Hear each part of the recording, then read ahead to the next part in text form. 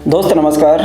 दोस्तों आज के वीडियो में हम बात करने वाले एक ख़ास जॉब की जो है इंडियन आर्मी में, और जो जितनी ज़्यादा इम्पोर्टेंट है, जितनी ज़्यादा हाई रैंक है, उतनी ही ज़्यादा मतलब आम आदमी के लिए अवेलेबल होती है।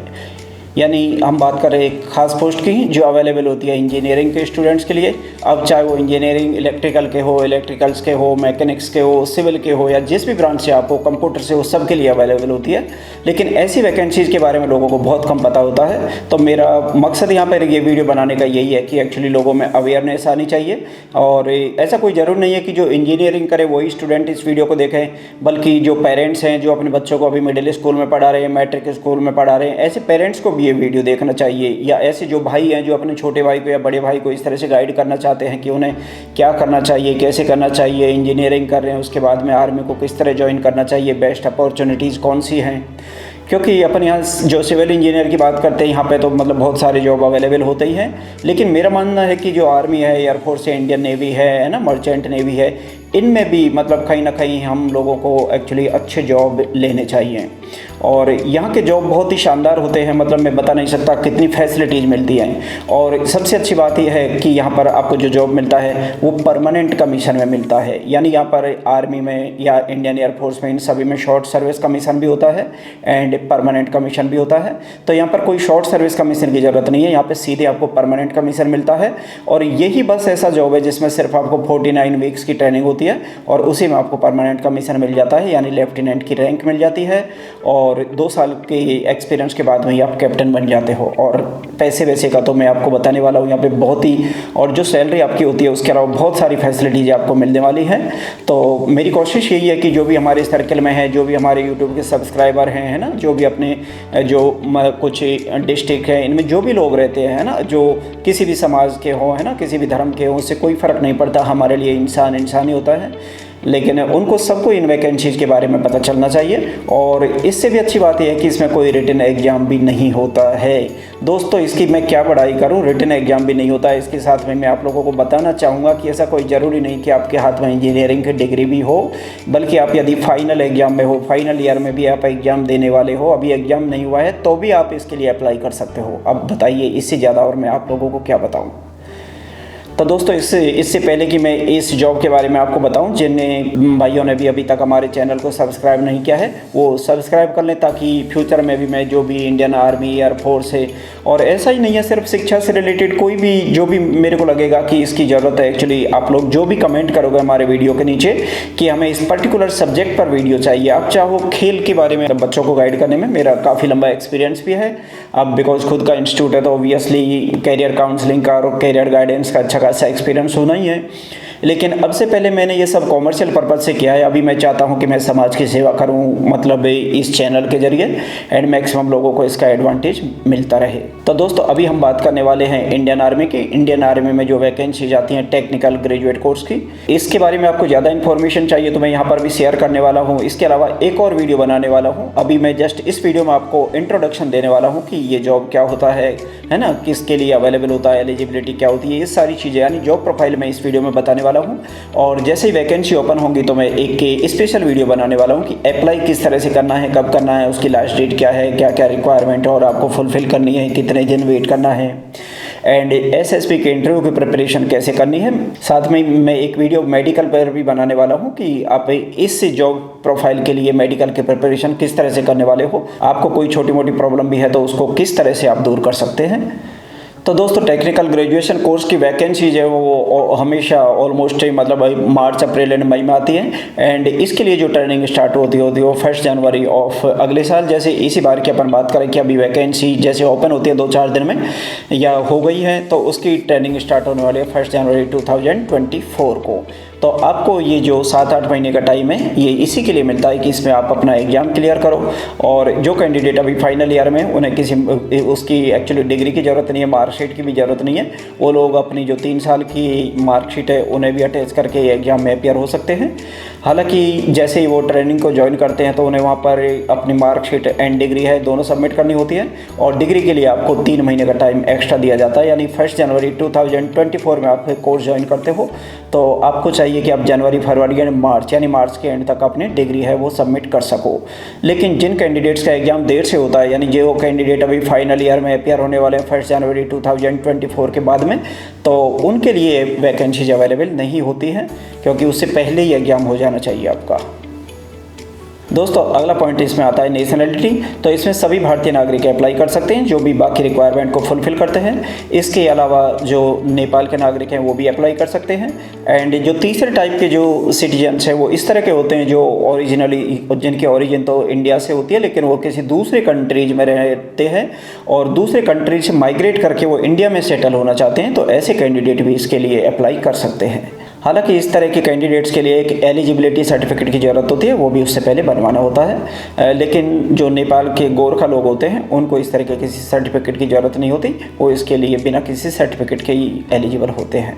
अब दोस्तों नेक्स्ट पॉइंट आता है हमारा एज लिमिट। तो इसमें एज लिमिट भी अच्छा खासा होता है। इसकी एज लिमिट की बात करें तो वो सभी कैंडिडेट इसमें अप्लाई कर सकते हैं जो जिन्होंने या तो BE किया है या BTech किया है, या तो वो फाइनल ईयर में है या उनका कंप्लीट हो गया है, और जिनकी एज 20 साल से 27 साल के बीच में है। तो यहाँ पर भी आप देखते हो कि जो आपका एज क्राइटेरिया है वो जनवरी से ही स्टार्ट होता है, जनवरी से ही फिनिश होता है।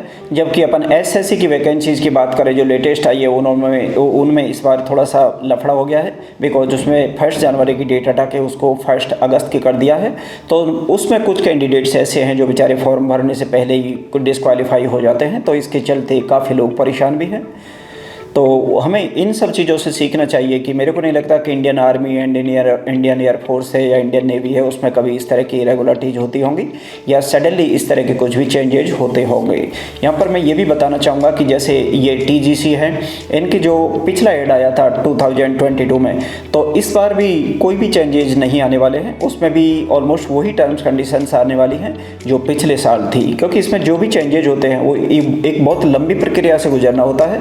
तो वो पहले से प्रेडिक्टेड होती है, पहले से ड्राफ्ट तैयार किया जाता है, पहले से अभ्यर्थियों को बताया जाता है कि इस बार इस तरह के चेंजेज हो सकते हैं।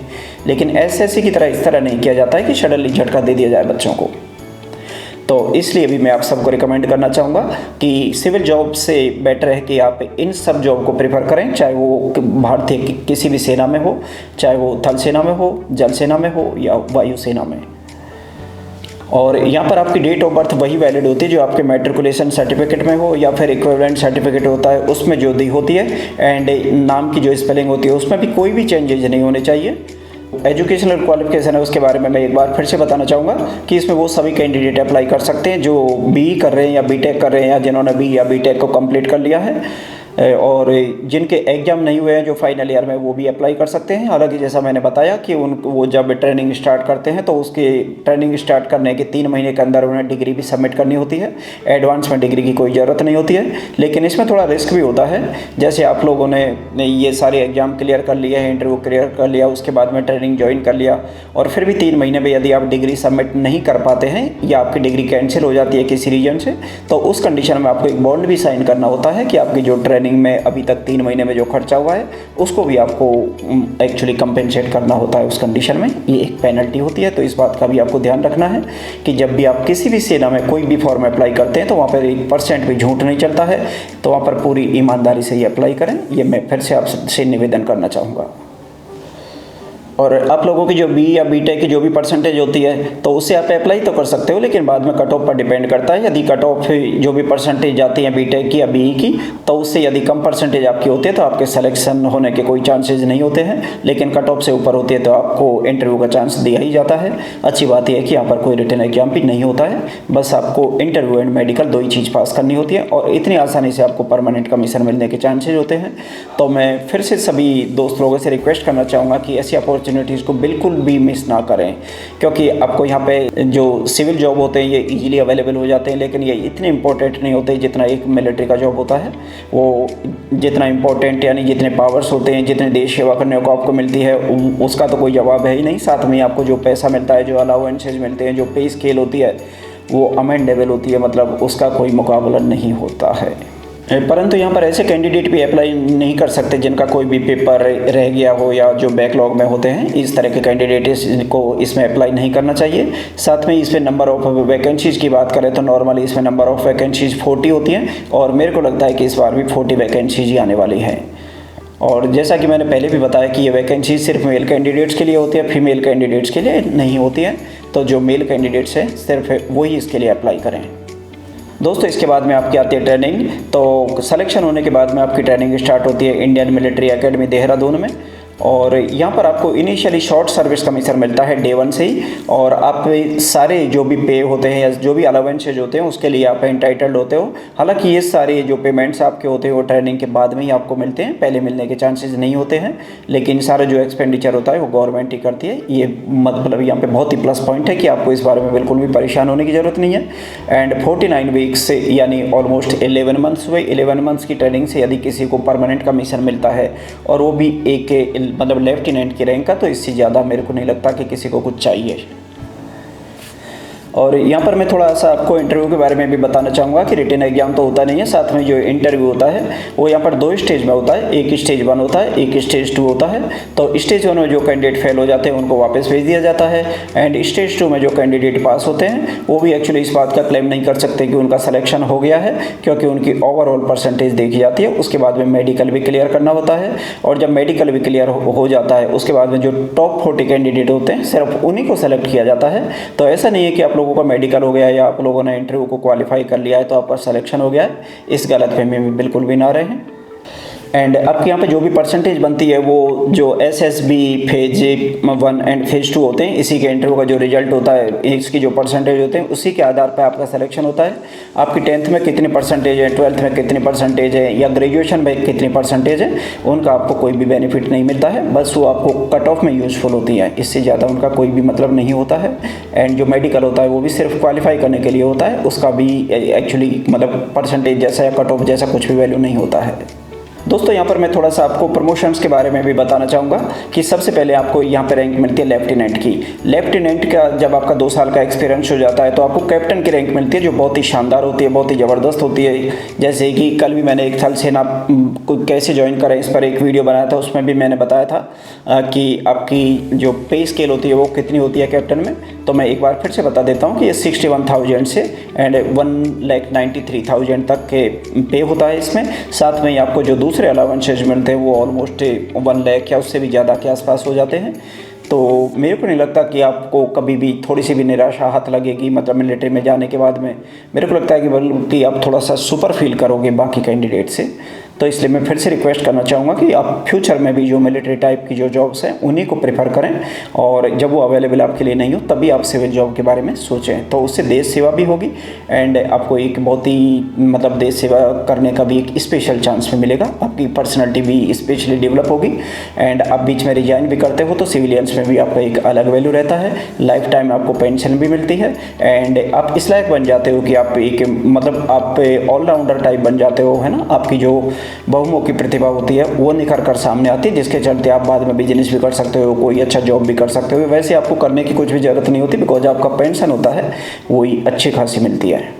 और कैप्टन से जो प्रमोशन मिलता है उसमें मेजर बनते हैं, मेजर से यहाँ पे लेफ्टिनेंट कर्नल बनते हैं और कर्नल से फिर प्रॉपर कर्नल बनते हैं, लेकिन उस कर्नल को अपन TS बोलते हैं।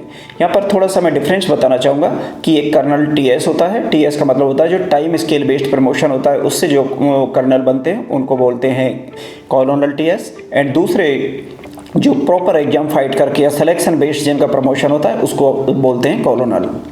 ये अंतर भी समझना ज़रूरी था। तो आपके प्रमोशन के बहुत चांसेज होते हैं। कॉलोनल के बाद में आप ब्रिगेडियर बन सकते हो, मेजर जनरल बन सकते हो, आप लेफ्टिनेंट जनरल बन सकते हो। इससे ज़्यादा लाइफ में क्या चाहिए। और यहाँ पर मैं पे की बात करूँ तो यहाँ पे लेफ्टिनेंट होता है, इनकी पे होती है लेवल 10 की। इसके बाद में जब प्रमोशन होता है कैप्टन बनते हो तो कैप्टन में लेवल 10B की आपकी पे होती है, और जो 61,000 से 1,93,000 होता है। इससे ऊपर आपका प्रमोशन जैसा कि मैंने बताया लेफ्टिनेंट कॉलोनल होता है, कॉलोनल होता है। तो कॉलोनल की पे लेवल की अपन बात करें तो ये होता है 13 मीन्स 1,30,000 से होता है 2,15,000 तक। इसके अलावा अलाउंसेज जो मिलते हैं वो मैं अभी थोड़ी देर में आपको बताने वाला हूँ, बस 2 मिनट का वीडियो और बचा है। और जिन छात्रों ने भी अभी तक हमारे चैनल को सब्सक्राइब नहीं किया है वो सब्सक्राइब कर ले, ताकि इस तरह की इंपॉर्टेंट इन्फॉर्मेशन आपको बिल्कुल टाइम के साथ में मिलती रहे। यहाँ पर मैं मिलिट्री सर्विस पे की बात करूँगा तो यहाँ पर 15,500 पर मंथ है जो कि फ़िक्स होता है, ये मिलता है। और इसके अलावा fix stipend for cadet training की बात करें, ये 56,100 पर मंथ होता है जो कि आपको ट्रेनिंग पीरियड में मिलता है। इसके अलावा मतलब बहुत सारे अलाउंसेज और भी होते हैं, जैसे लेफ्टिनेंट एंड अबव के रैंक के होते हैं, उन्हें पर मंथ 25,000 भी मिलना तय होता है, जो फ्लाइंग अलाउंसेज होते हैं यदि आपको फ्लाइंग ब्रांच में सेलेक्ट किया जाता है तो। इसके अलावा दूसरे अलाउंसेज भी होते हैं, जैसे रिजर्व अलाउंस होता है ना, 2625 पर मंथ होता है। इसके अलावा जो पैरा अलाउंस होता है वो 10,500 पर मंथ होता है। बहुत सारे होते हैं, पैरा जंप इंस्ट्रक्टर यदि आप होते हो तो 10,500 पर मंथ ये भी ऐड होता है। एंड प्रोजेक्ट अलाउंस होता है आपका 3,400। स्पेशल फोर्सेज अलाउंस होता है 25,000 पर मंथ। टेक्निकल अलाउंस होता है 3,000 पर मंथ। टेक्निकल अलाउंस से जो टायर 2 होता है वो होता है 4,500। तो मेरे को लगता भी नहीं कि आप लोग मतलब इतने अलाउंस याद भी रख पाओगे जितने यहाँ पर मिलते हैं। तो मेरा ये मानना है कि जिन कैंडिडेट्स को प्रॉपर गाइडेंस नहीं मिलता है वही मिलिट्री जॉब को प्रेफर नहीं कर पाते होंगे। अदरवाइज तो जिनको प्रॉपर गाइडेंस मिलता है, जैसा कि आप लोगों ने देखा होगा बहुत सारे जो एक्चुअली फौजियों के बच्चे होते हैं, जो मिलिट्री ऑफिसर के बच्चे होते हैं, वो हमेशा मिलिट्री के ही सपने देखते हैं, चाहे वो एयरफोर्स में जाना चाहें, आर्मी में जाना चाहें या नेवी में जाना चाहें।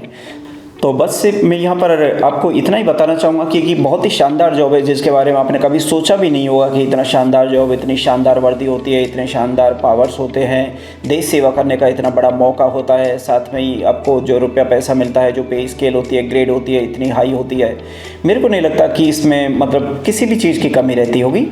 एंड आज जो मेरे स्टूडेंट है, कुछ जो पायलट की ट्रेनिंग कर रही हैं, कुछ एयर होस्टेस है, उनको भी मैंने बोला है कि वो 2-3 दिन में आपको एयर होस्टेस पर एक बढ़िया सा वीडियो बना के गाइड करने वाली हैं, या फिर वो लाइव भी आ सकती हैं, है ना। तो मैं कोशिश करूँगा कि आप लोगों को सारी इन्फॉर्मेशन है वो आगे से आगे मिलती रहे, सारे कैरियर से रिलेटेड जो गाइडेंस है वो आपको आगे से आगे मिलता रहे। बस आप लोगों का प्यार यूँ ही मिलता रहे, आप लोग यूँ ही हमारे वीडियो देखते रहें, लाइक करते रहें, कमेंट करते रहें, इससे ज़्यादा और क्या चाहिए। आज के वीडियो में इतना ही, नमस्कार।